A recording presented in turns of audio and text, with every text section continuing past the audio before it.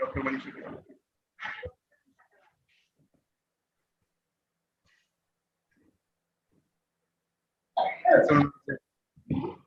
Madam, we actually. No. You will get to leave.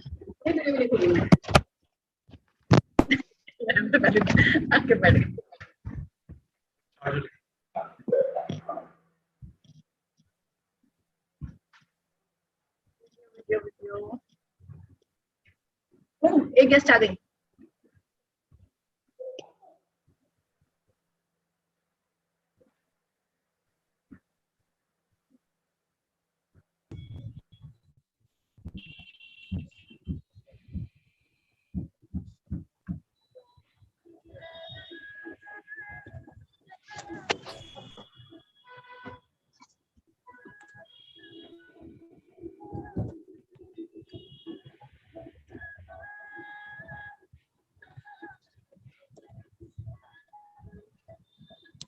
Manisha ji आप आ गए ना?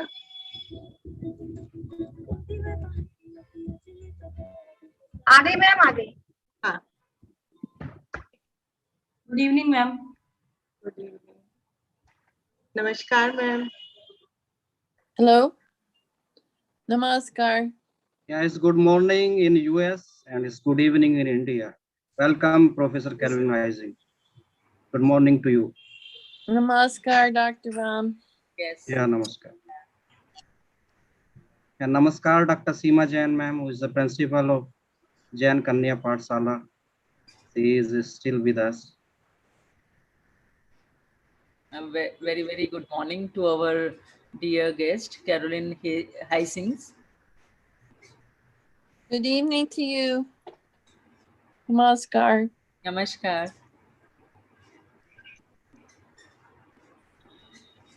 Namaskar. Yeah, one of our friend Irene Gahan from Canada. She has also joined Caroline.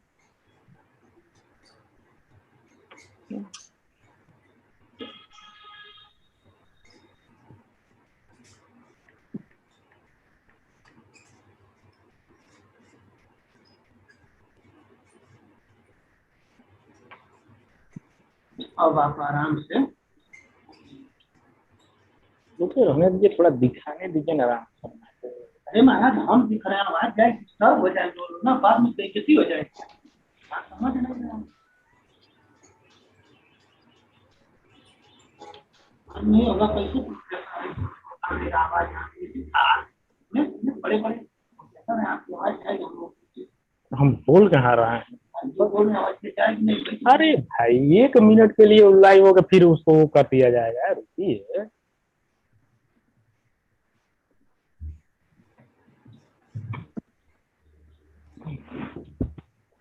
Well, I call upon Dr. Manisha to start the webinar. हाँ करा रही हूँ. Yes ma'am.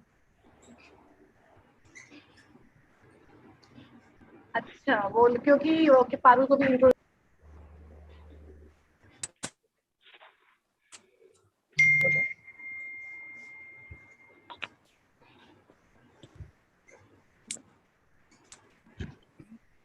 Good evening everyone. Good evening. I hope I am audible. Yes. As we all know, we have all gathered here for the international webinar, 2 days international webinar on the topic eco-literature and sustainable development, organized by the Departments of English, Sociology and Political Science from Jain Kanya Pathshala, PG College. And this is the need of the hour, eco-literature and sustainable development. This is the need of the hour. Why? Because we all know literature is the mirror of society. And in this hazardous ecological condition, we need to take up this issue, and we have a good forum of guests with us. We have Dr. Caroline Heising, ma'am. We have Dr. Ram Sharma, sir. We have a renowned scientist for tomorrow, Dr. Karan Singh, and we have Dr. Rakesh Rana from MMH College, Ghaziabad, to give us insights on this burning issue, which is coming up nowadays. So with this, I would like to invite our respected principal ma'am, Dr. Seema Jain, for her welcome address. Well, at a very good evening to all of you, and good morning to our international guests who have joined this webinar and graced this webinar. Today, I am really very pleased to initiate this webinar, and I'm very pleased to welcome our international guest as well as Dr. Carolina and Dr. Ram Sharma ji, who have spared their valuable time for this webinar and who will share their precious thoughts and feelings and activities on this eco literature and its sustainable development. The topic is very topical, very current, and we are all concerned with our environmental issues, that how and literature touches each and every aspect of our life, whether it is whatever is happening in the society, what is happening amongst the human beings, or what is happening towards the nature. Well, from the very when we go back to romantic age, we find that all the romantics loved nature, and they tried to preserve nature in the heart of the people, by writing melodious poetry. Like when I read Wordsworth or Sumitra Nandan Pant in Hindi literature, I feel very much associated with nature, which is pristine, which is untouched, and which is traditional, we can say. So the literature that deals with it can be termed as a eco literature, and it is all coming up like other literatures, poetry, fiction, and criticism. They are all coming up.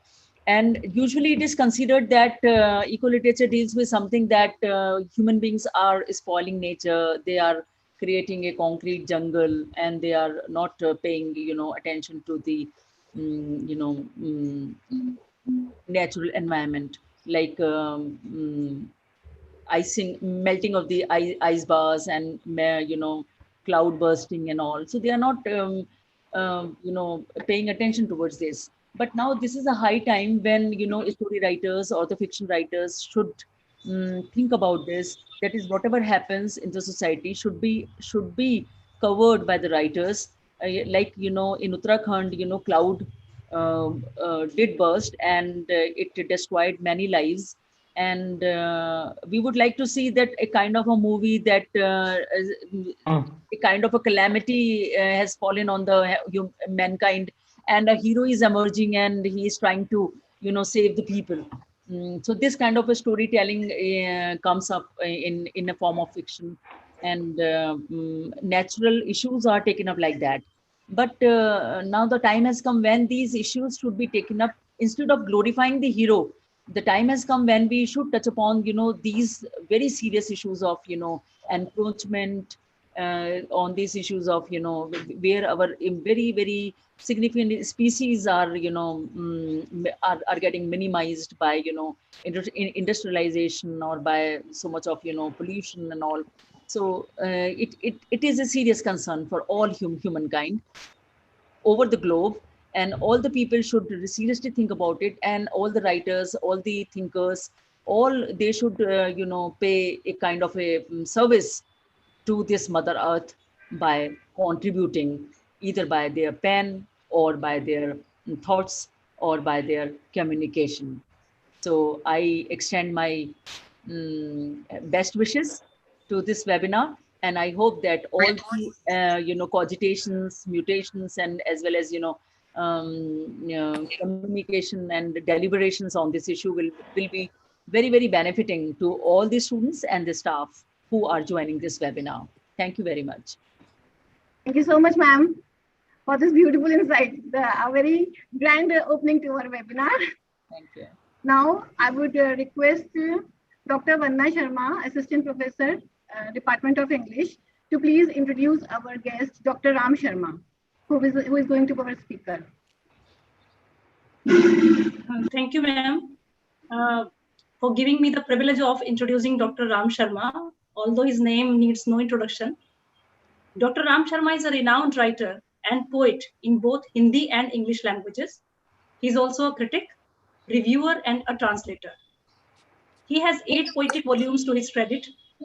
He has also contributed editing on 28 anthologies in English literature and more than 83 research papers published in national and international journals. He was also awarded with the 2016 Distinguished Poet Award from WIN Canada. At present, he is working as an associate professor and head of the Department of English at JVPG College in Barot, Bagpat. He is also an editor-in-chief of 2 international journals, Creations and Glimpses. Now I request Dr. Ram Sharma to please take over, sir. Please, sir, enrich us with your precious thoughts on the topic. पहले से लगा के रखना। तो कह देना कि ma'am लगा देता हूँ मैं, ये जरूरी है तो इसके ऊपर लगा दूं, ये छिप रहा था इसको नहीं लगा रहा था। अब इतना छोटा तो हमारे पास है नहीं। डॉक्टर राम शर्मा सर, इतना आ जाएगा, नीचे वाला काट दूंगा, इतना आ जाएगा। बॉर्डर तो काट ही देगा सर, क्या कह रहे हैं? Hello, am I audible?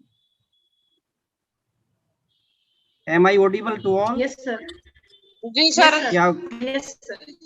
Good evening to all, and good morning to Professor Yes, Carolyn sir, Heising. Very. Professor Carolyn Heising is from USA, and we are presenting our Indian character by producing all these noises that how great professors we are. And we are not caring that 2 or 3 dignitaries are with us from United States, from Canada. What will be the effect of these things to them?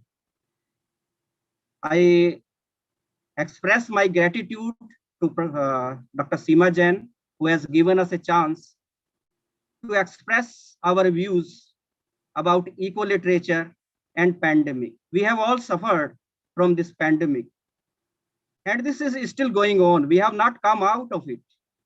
We cannot be certain by taking 2 vaccines or vaccinations or booster doses. Still, this pandemic is going on. Professor Caroline Heising will tell you, because she is associated with this new government, Democrat. She is a Democrat and she is very much associated with Joe Biden. My topic is eco-literature and pandemic. I would like to discuss what is eco-literature, and I will try to correlate it with our present pandemic situation. Am I audible? May I continue? Hello? Well, you are audible, sir. You may continue. Yeah, I would like to thank Dr. Manisha, Dr. Vandana ji, and the management, Jain sirs from Jain Kanya Pathshala. It's really a grave concern for each of us. I would like to quote from this book, the starting quotation of this book. I would like to show it to you. This book is written by Swami Rama 50 years back. And I would like to read its introduction. Its introduction will tell you the present scenario was very well judged by Swami Rama 50 years back. I am quoting from him. Our modern civilization claims to be very productive, creative, and resourceful. But 100 years ago, we did not have many of the diseases that exist today. Every day, more diseases are being created. For although we are alive, the majority of us experience only the art of existing. We are struggling for our existence. Very few of us have really cultivated that technique, which is called the art of living. The reason for this is that life today has become very artificial. Man never stops to consider that he may have gone too far by ignoring his natural resources and by depending on artificial means. Living by artificial means gradually decreases natural resistance, and this obsession makes modern men suffer more and more. Swami Rama has told us 50 years back why we are suffering more and more. Although Dr. Seema Jain has told us about romantic poets who has warned, even William Wordsworth, who has been called the priest of nature, harbinger of nature, he has written in his poem, "The world is too much with us. The world is too much with us, getting and spending will lay waste our powers. Little we see in nature that is ours. All our energy is spent in getting money, how to earn money, how to spend money." These lines were written by William Wordsworth in 19th century. I would like to quote one more quotation from this magazine, The Guardian, and its title is "Intrusion into Nature Led to Pandemic." We have intruded into nature, and that is the result of this pandemic. And who has written this title? This is US biologist Thomas Lovejoy, and he is professor of environmental science at George Mason University. And what he says, illegal wildlife trade and humanity's excessive intrusion into nature is to blame for the coronavirus pandemic. Although our great romantic poets and other poets warned us from time to time that we should have some time except these activities, how to earn money and how to spend money. Even William Wordsworth has expressed the same thing, the same joy in his another poem, "I wandered lonely as a cloud. For oft when on my couch I lie, in vacant or in pensive mood, they flash upon that inward eye, which is the bliss of solitude. And then my heart with pleasure fills and dances with daffodils." Not only this, W.B. Yeats, he has written in his seminal poem, "The Lake Isle of Innisfree," "I will arise and go now and go to Innisfree, and a small cabin built there of clay and water made. 9 beam rows will I have there, a hive for honeybee, and live alone in that environment. Just want to make a cabin in that solitary environment of nature. Even our Sanatan Dharma, our ancient, if we go through our ancient scriptures, they have propounded this concept of Sarve Bhavantu Sukhine, let all should be happy. What I feel the main difference between East and West is that all the inventions and discoveries that were made by our great seers and sages, that all those were for the welfare of all human beings. They never tried to earn money by those inventions and discoveries. They thought all world a family. They have given this concept, Vasudev Kutumbakam, that all world is their family. And what they desire Sarve Bhavantu Sukhine, that all should be happy. But West, they have taken the knowledge from ourselves, from our ancient scriptures, and they advertised it and they sold it, they earned money. Caroline will discuss these things later, and I will proceed with the same note. What is the literature which has been warned by William Wordsworth, W.B. Yeats, how we can correlate it with this present pandemic. Humanity will be finished if we fail to drastically change our food system in response to the coronavirus pandemic and the climate crisis. The most prominent naturalist, Jane Goodall, has warned in The Guardian. In the same magazine, The Guardian, Jane Goodall has warned. I am quoting from her. She blamed the emergence of COVID-19 on the overexploitation of the natural world, which has seen forests cut down, species made extinct, and natural habitats destroyed. Still, we are living in a mirage. We are thinking these vaccinations will boost our immune system, though we are cutting the trees every day. I am not against vaccination, but Caroline has taken the booster dose after 2 doses of vaccinations. So after 2 vaccinations, there is booster dose. And how many booster doses we need for our existence? That is a question. Again, I'm quoting from her. We have brought this on ourselves because of our absolute disrespect for animals and the environment. Our disrespect for wild animals and our disrespect for farmed animals has created this situation where disease can spill over to infect human beings. I'm again quoting from her. If we do not do things differently, we are finished. We can't go on very much longer like this. We cannot go on very much longer like this. She called for people to be lifted out. They should try to think in another way.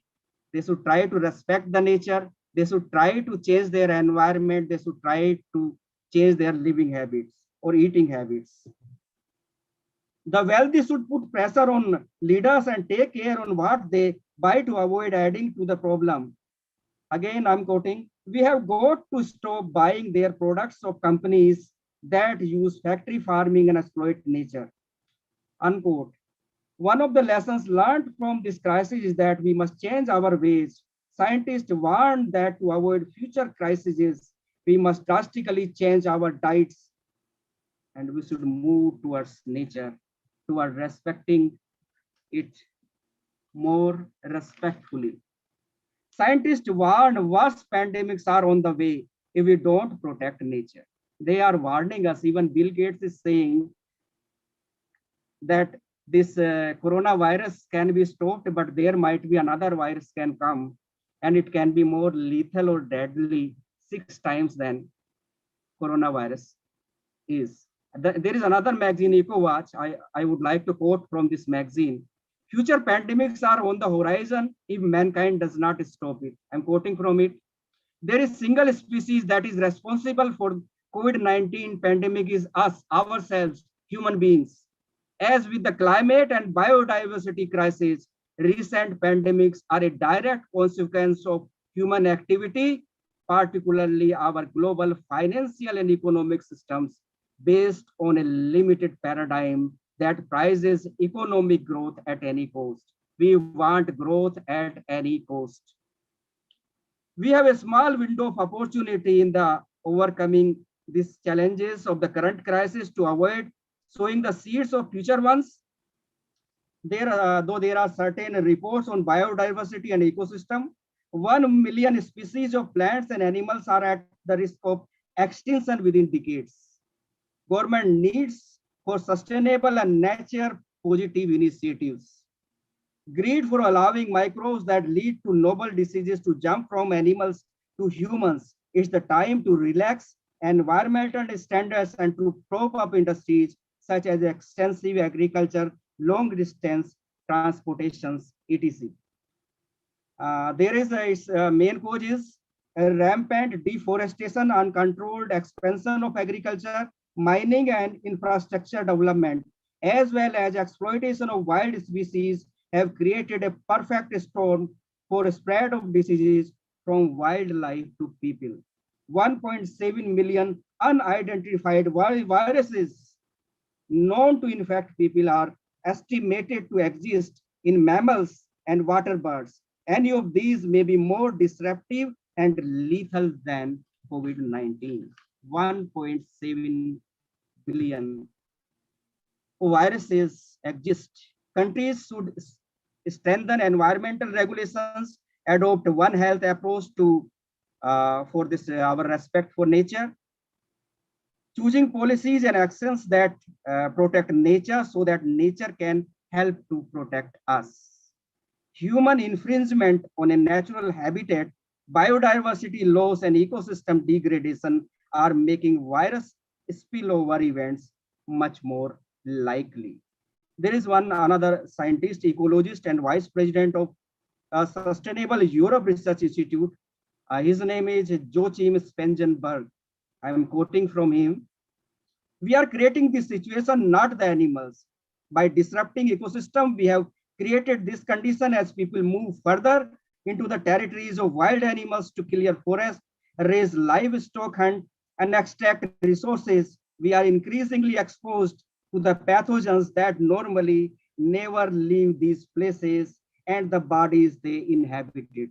Previously, we have seen such viruses like Zika, HIV, AIDS, swine flu, Ebola, but we keep on sleeping, keep on closing our eyes and just thinking that these things will go away. Example of the emergence of Nipah virus in Malaysia in the late 1990s, where deforestation drove fruit bats from their forest habitat to mango trees, from mango trees to pigs, and from pigs to human beings. Bats often carry pathogens that don't bother them, but in this case, the pigs came into contact with droppings and saliva, they became infected. There are wet markets just like in Wuhan, China. Incubator for the emergence of infectious diseases, there is a strong possibility SARS-CoV-19 emerged at wet market in Wuhan, China. Spengenberg says strict regulations for live animal markets. I'm quoting from him. We are part of nature. We are part of ecosystem where our health is linked to the health of wildlife and the health of the environment. Rising temperatures and damaging corals in Australia and intense cyclones and warm water has caused extensive damage in nature already. Even in California, United States, we have seen great fires from the last continuously for 3 years. And there have been a fire in forest of Amazon. We are seeing all these natural calamities. According to CNN, this earth and its inhabitants face 3 global crises. We are already facing 3 global crises. First is climate crisis, biodiversity crisis, and this third one is pandemic crisis. These massive global challenges, the destructive relationship between humanity and the natural world. According to New York Times, climate economist Gerald Wagner has linked the pandemic to climate change. Gerhard Wagner again a environment scientist from New York. He has related this pandemic to climate change. Scientists use the term zoonosis refer to infectious diseases like COVID-19 that is spread from animal to humans. People continue to place increasing pressures on the Earth's remaining biodiversity. Activities like wildlife trade, deforestation, cutting of trees in the name of building the roads, humanity encroachment further into nature, people have a greater chance of coming into contact with new pathogens carried by these animals. Protecting ecosystem from human encroachment helps maintain biodiversity and mitigate climate change. Scientists say environmental damage is a war crime. They are just crying, they're saying that it should be called a war crime, and these activities should be stopped or controlled. There are so many types of Geneva Conventions already. Even Caroline can tell there was a government in United States, and their president even don't believe that there is a global warming. But these Democrats, they believe in global warming, and I do hope they might be doing something to save our whole world and whole humanity. I'm also keeping eye on the time. If we go through our ancient scriptures, environmental consciousness has been two parts: physical consciousness and spiritual consciousness. Due to overuse of materialistic sources, the scientific means are not becoming successful. Even we have propounded the theory of peace. Antriksh Shanti, Prithvi Devo Shanti, Vanaspataya Shanti. Let there be peace everywhere. We have propounded this theory of peace in nature, in environment, in sky, in water, in all these things together. I would like to recite few of my poems too, as told by Manisha, that Dr. Vandana, that I have also written some of the Hindi poems and English poems. The title of my this Hindi poem is Aao Lord Chale. आओ अब लौट चलें उस दिशा में जिस दिशा से हम आए हैं। उस जीवन में था गो गीता गंगा गायत्री, सत्य सादगी सदाचार। अब तो है बस छल कपट और भ्रष्टाचार। आओ चलें उस महकते चहकते वातावरण में, फैला रहता था जहां फैली रहती थी जहां मानवता की खुशबू, फैला था जहां प्रेम श्रद्धा व भक्ति भाव, जहां था प्रकृति का एक छत्र राज। नाम नहीं था कहीं भी प्रदूषण का। आओ लौट चलें उस दिशा में जहां से हम आए हैं। एक कविता और पढ़ना चाहूंगा, मैंने कोरोना काल में लिखी थी। कोरोना और भारत, रोज रोज रहा हूं पढ़ कि कोरोना हारेगा भारत में, परंतु हार तो रही है मानवता। हर चौराहों गलियों में देख रहा हूं रोज मानवता के स्तंभ को गिरते हुए, ऐसा है मानव को इधर से उधर भागते हुए। कैसी है ये बीमारी, मानव से मानव हो गया है जुदा। प्रकृति का कहर बरस रहा है चारों ओर, ऐसा लगता है प्रकृति है कह रही पहले तुमने मुझे जुदा किया, अब मैं करूंगी तुम्हें जुदा। प्रकृति मैं ही हूं प्रकृति, I am the nature.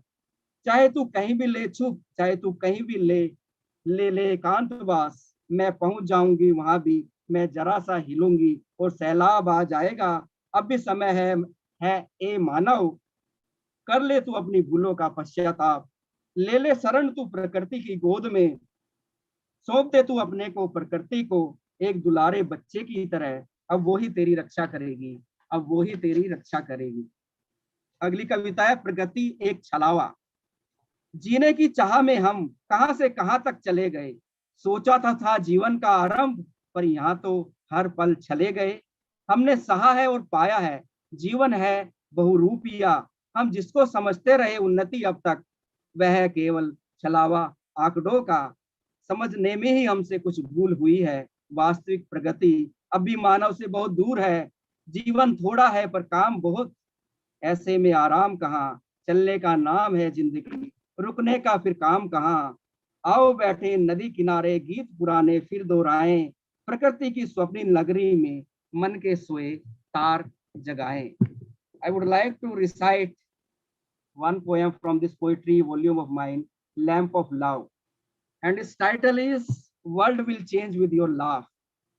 Everything will be resolved if you keep on laughing and keep on smiling, keep on spreading the fragrance of love. The dark night will disappear within a glittering dawn. The world will change with your laugh. Open all your eyes with positivity. The ferocious storm will change into a cool breeze. The flowers of feeling will open and blossom. The vines of love will ever grow strong. Consciousness of prayer shines upon the darkness of night. The dark night will disappear within a glittering dawn. The world will change with your laugh. The world will change with your laugh. From time to time, all these great poets, writers kept on warning us, trying to create the awareness about Mother Nature, but we kept on sleeping. It's the real time for us to think where we are going. Can all these vaccines save us if there are more viruses? I'm not creating panic, but these are multi-million questions, dollar questions. It is only nature, Mother Nature, those things which we should try to get back. We should go, return to nature, and nature will certainly protect us from all our maladies, all our problems, all our sufferings. It is nature that will really bring us like little Lucy was brought up by Mother Nature, and Mother Nature will protect all of us. In the end, I would like to thank the principal, Dr. Seema Jain Madam, who has given a wonderful chance for all of us to gather together, not only from India, but across the globe, from United States, from Canada, from UK. I also would like to thank the staff members, the faculty members, especially Dr. Manisha Agarwal, Dr. Vanna Sharma, Dr. Santosh, and there might be Dr. Parul Jain, there might be many more, and all the participants who has taken pains to hear, to listen, and to smile together. Thank you very much. Namaskar. Thank you so much, sir. It is always delightful to hear Ram sir speaking and reciting his poems. And yes, we have also got the gist of this topic that literature and novel literary genre has arrived in the form of eco-literature that has emerged to shoulder the responsibility to guide the mankind to restore the environment and nature to their pristine glory. Now with this, I would like to invite Dr. Parul Jain, Assistant Professor, Department of English, to introduce our next guest, Ma'am Dr. Caroline Heising from Iowa State University, USA. Dr. Parul.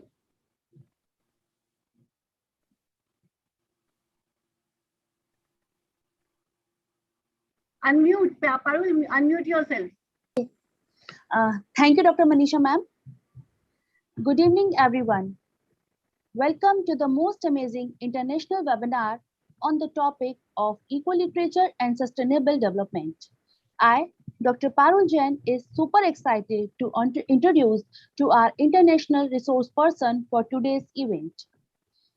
She is none other than the very learned professor of Industrial Engineering at Iowa State University. Iowa, ma'am. Sorry, Iowa State University. Dr. Caroline Heising, she is a member of Tau Beta Pi, the Society of Women Engineers, the American Nuclear Society, and the Professional Women in ANS Committee. In 1987, she received the Young Scholar Award from the American Association of University Women. She has presented and published over 200 papers. Now, she resides in Vista, California and part-time in Rishikesh, India. She and Dr. Ram Sharma are principal at the Universal Peace Institute, which they began in December 2010. The institute focused on environmental issues such as the current global climate crisis, focusing on the impact on the Ganga river system in particular. Now, not taking too much time, I would like to invite Dr. Carolina Heising, ma'am. Okay, namaskar, and thank you very much, Pranam. Namaskar, ma'am. And thank you for the principal, Dr. Jain, for inviting me, and for Dr. Ram Sharma to invite me to speak. I am an engineering professor and not a writer per se, but I can say that eco-literature has been a galvanizing factor in sustainable development and in attempts through the engineering fields to build green. And this week in San Diego, California, where I live, they had a 3-day conference on building green. It's called Green Build. And if any of you are interested in that field of green build, you can just Google on green build and you'll find out all about it. It is an initiative that is being promoted through the Biden administration. Dr. Ram asked me to speak a little bit about the current president of the United States is Joe Biden. He is a Democrat, and our vice president, our first woman vice president of the United States is Kamala Devi Harris. As you know, her mother came from southern India, and she is the first woman vice president of the United States and the first combined. She's African American through her father, and she's an Indian American through her mother. So we're talking about eco-literature and sustainable development. And I would say that the first eco-literature book that spawned the worldwide environmental movement was written by Dr. Rachel Carson in the early 1960s, and it was called Silent Spring. And she talked about the chemicals, the pesticides that were being used in agriculture on our food. And she talked about how the chemicals were affecting people. When you eat contaminated fruits and vegetables from pesticides, you can develop cancer. And cancer is now killing so many people in the West. In the United States, cancer is an epidemic. It's not just the coronavirus that's a pandemic, it's also cancer. And I have many friends here in the United States who now have cancer and who are dying at earlier ages. So actually, the life expectancy of Americans has dropped in the last 2 years because of the pandemic. And so what we're finding is that the impact of industrialization has had many problems. Yes, there's many benefits of industrialization and globalization, and computer technology is one of those benefits. We're using that technology right now. We're using Zoom, which is a platform for the internet. And of course, companies like Google and the Facebook and Netflix and all of these high-tech companies have produced many benefits. And so computer technology is worldwide. We now have the worldwide network of the internet, and that brings us all closer together. So there are definitely benefits of all the technology. But what we're finding now is we're in a global crisis. And one of the magazines I have is Stanford, because I got my PhD at Stanford University. And on one of their recent covers, they showed the corona bat, which is where the coronavirus originated, in a bat in China. And they show a camel because in camels, there's also viruses. And they're showing that many of these viruses, as Dr. Ram talked about, and there is a book I recommend. I don't know if it's considered eco-literature, but it is perhaps eco-literature on the viruses, including coronavirus, and it's called Spillover. And the author is David Quammen, who is an American. And he's talking about the thousands of viruses that do exist in all of these different animals, including pigs and horses and monkeys. And as you know, the Ebola virus came from monkeys in Africa that spilled over into the human population. So spillover is an issue, and that is because climate change is affecting the movement of animals, including the coronavirus bat. So climate change, which we know is another major crisis that we're facing. And here's another book I use called Extreme Weather. This may or may not constitute eco-literature because it's written by a medical professor in the United States. However, any kind of literature that's being written by people who are writers and by people who are scientists, maybe it is all considered eco-literature. And I would say that we are in the middle, we're at the beginning of a truly catastrophic crisis across the planet. On Friday, there was a global movement led by Greta Thunberg of Sweden among the youth around the world to take climate action.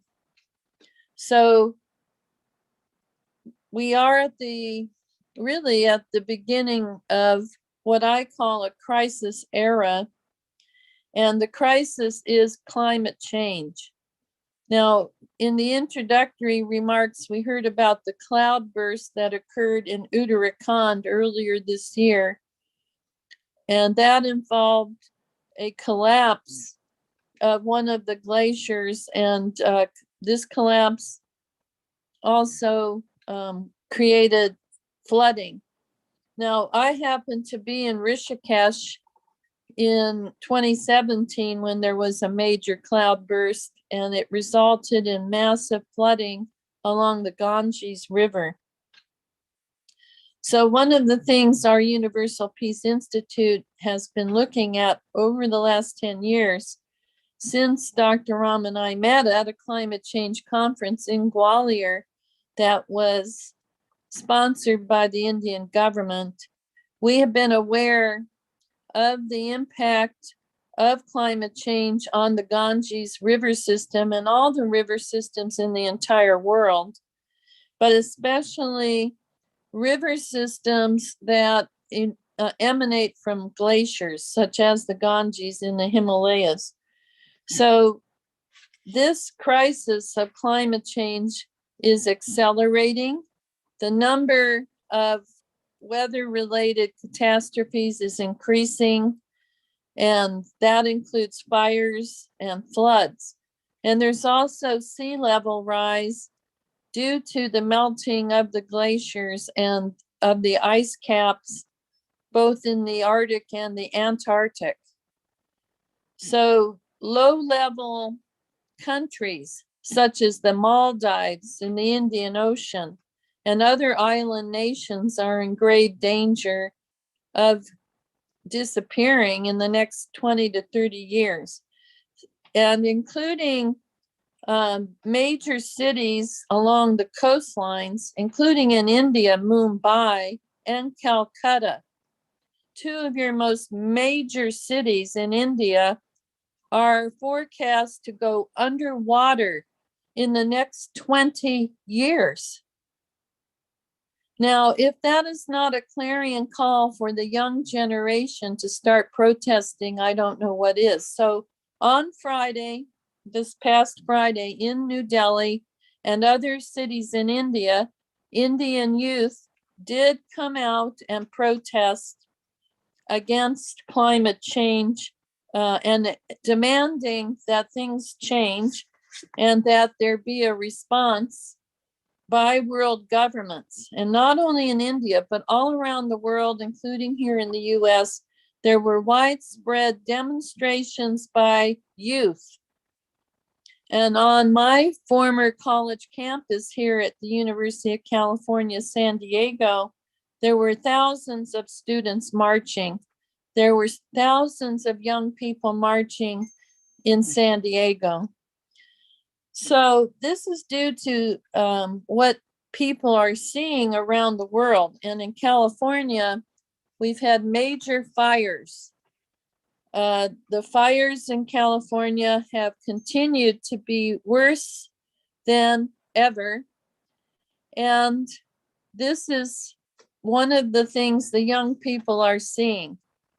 I happen to have two sons, and they're in their 30s, and they're both very concerned about the future of the planet. When Dr. Ram and I speak at webinars, and we used to go when I was in India, we visited many campuses. We spoke to the young Indian students in all the fields, engineering, law, English, all of the fields. And we told the young people, it's up to you. You're going to have to go to the streets, and you are needing to go and protest because your lives depend on it. So it's the young generation that will solve the problems. And actually, I'm very optimistic that there are solutions to both the pandemic and to climate change. But there needs to be worldwide efforts, which the United Nations is making, to fund research and to demand that corporations start and continue to work on sustainable development. So what is sustainable development? This webinar talks about equiliterature and sustainable development. Sustainable development has to involve a focus on reduction of carbon emissions, because it's carbon emissions that is creating the increase in climate.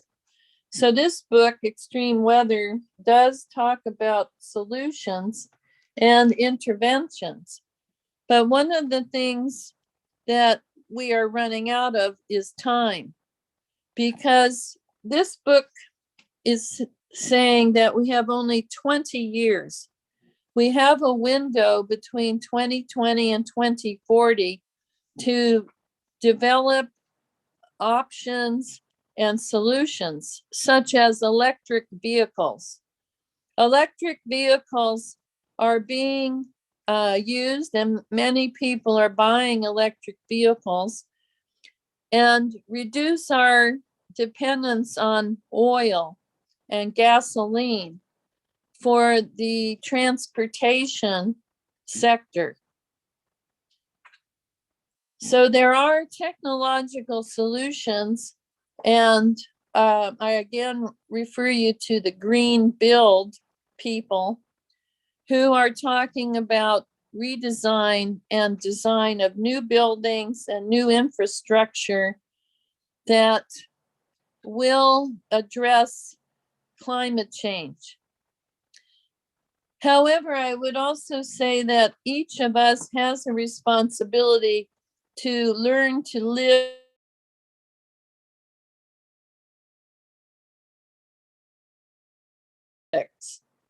and we need to examine our own lifestyles as far as consuming. And that means we need to learn to live simply. We need to eat organic food. We need to avoid food that is contaminated by pesticides. And we need to focus on clean water. And also, we need to embrace some of the ancient wisdom that is found in Indian culture. Now, Dr. Ram and I have spoken about the need to conserve Indian culture against the encroachments of Western culture, and including such issues as food consumption.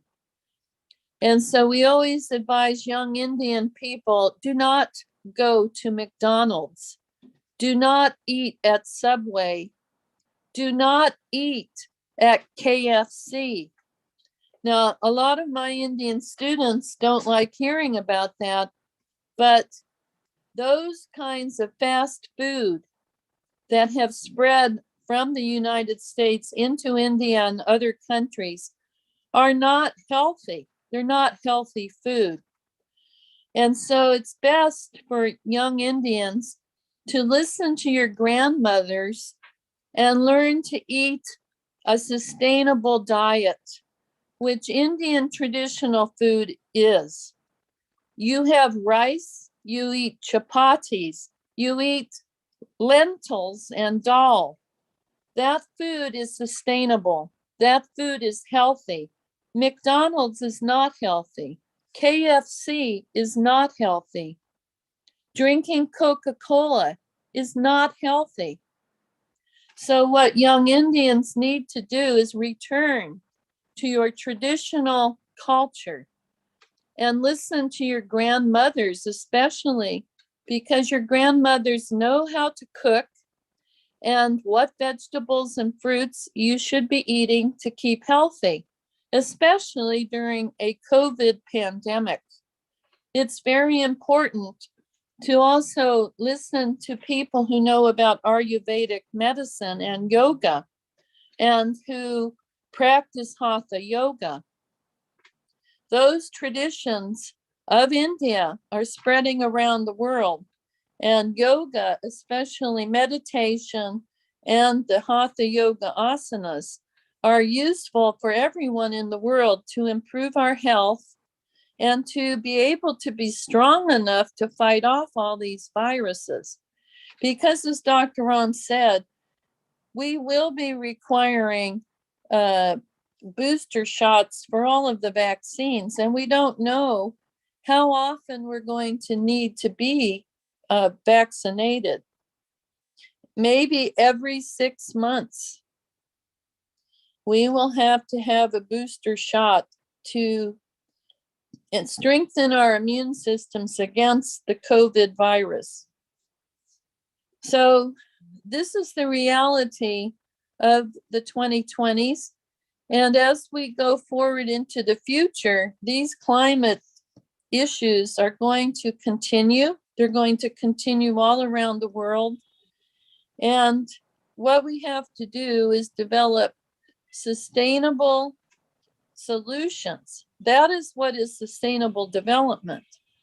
We need to redesign the entire global economy. That will require every type of student there is at every university on earth. We are going to have to redesign our transportation system. We're going to have to redesign all of the buildings that we have. We're going to have to redesign every aspect of our civilization in order to survive. So most universities are starting, like at Stanford, they have developed a multidisciplinary research center. It involves people who are in all the fields to look at how we're going to redesign the entire global economy. So with that, I will conclude and thank you, all of the conference or the webinar organizers for inviting me. Thank you. Namaskar and pranam.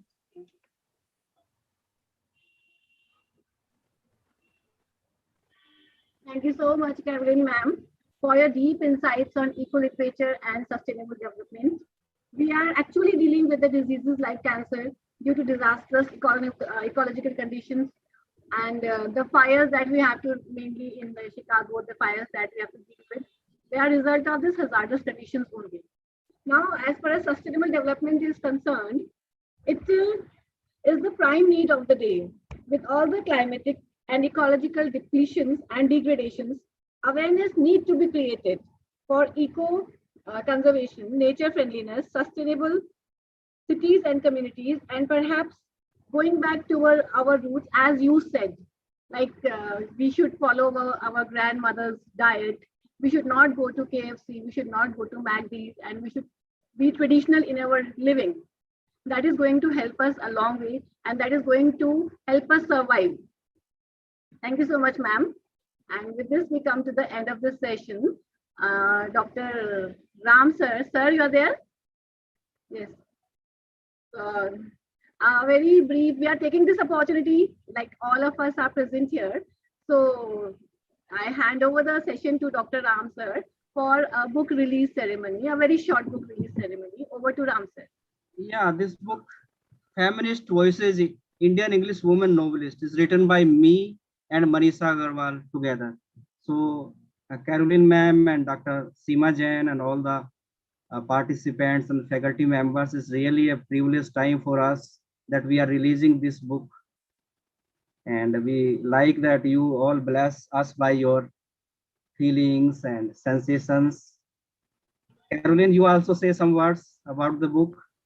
Feminist Voices, because you are epitome of the feminist voice in US. So I need that some of your words to bless us about this book.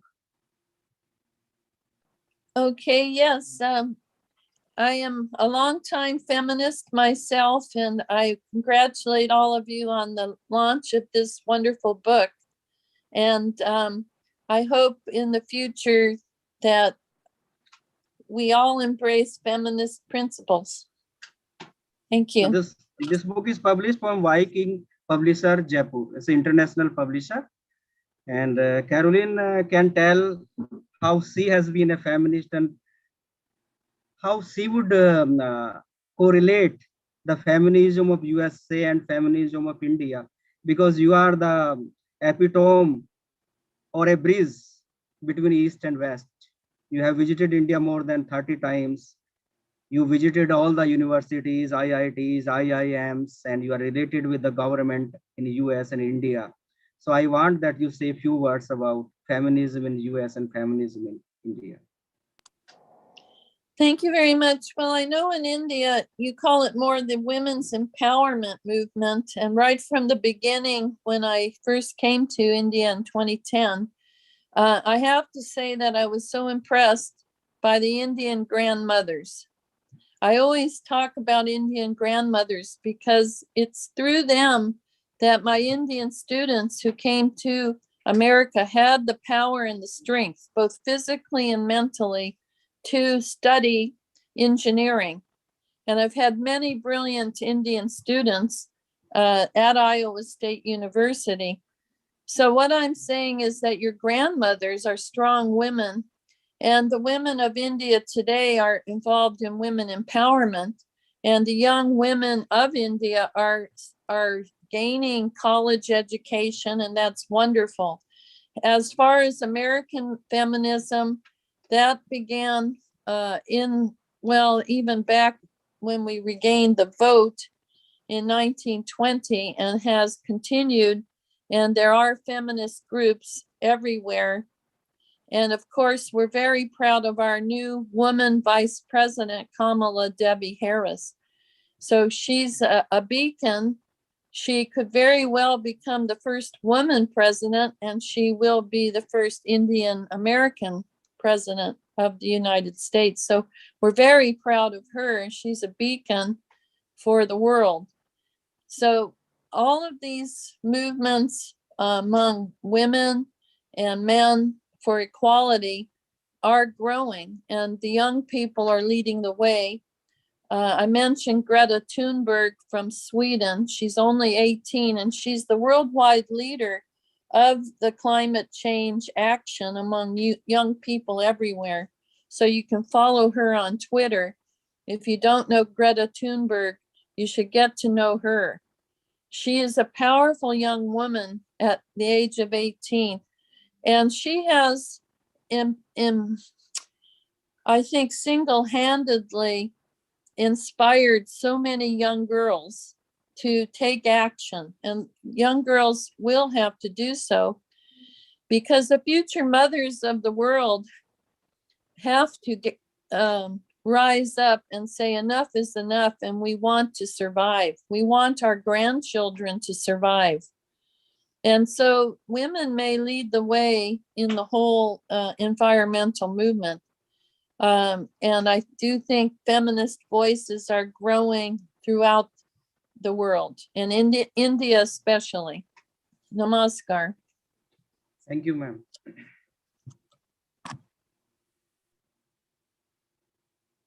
I hand the mic to Dr. Manisha Agarwal for further proceedings. Yes, thank you, sir. With this, we have come to the end of our first day session. We have one more day in which we have two more distinguished guests. And I would like to thank our distinguished speakers, Dr. Caroline Heising ma'am and Dr. Ram Sharma sir, for making an excellent presentation and making this seminar a very meaningful and interesting one. I would like to express my deep gratitude to our principal ma'am, Dr. Seema Jain, who has always been a big support for all of us. I would also like to thank Dr. Santosh ma'am, who is our co-coordinator, Dr. Abha ma'am, who is our also co-coordinator, and Sociology department and Political Science department, and our English department, Dr. Varna Sharma, Dr. Parul Jain, Dr. Ritu Mittal, and Ms. Arshi Khan, for always being a support to all of us. We are a strength for all for us. Now, we would meet tomorrow at the same time, 7 p.m. And we will continue with the session with the two new guests, Dr. Taran Singh, a renowned scientist from New York, and Dr. Rakesh Rana from MMH College, Ghaziabad. So see you tomorrow. Good night, everyone. Yeah, thank you, ma'am. Thank you all. Thank you so much, everyone. Thank you. Thank you, sir. Thank you, ma'am.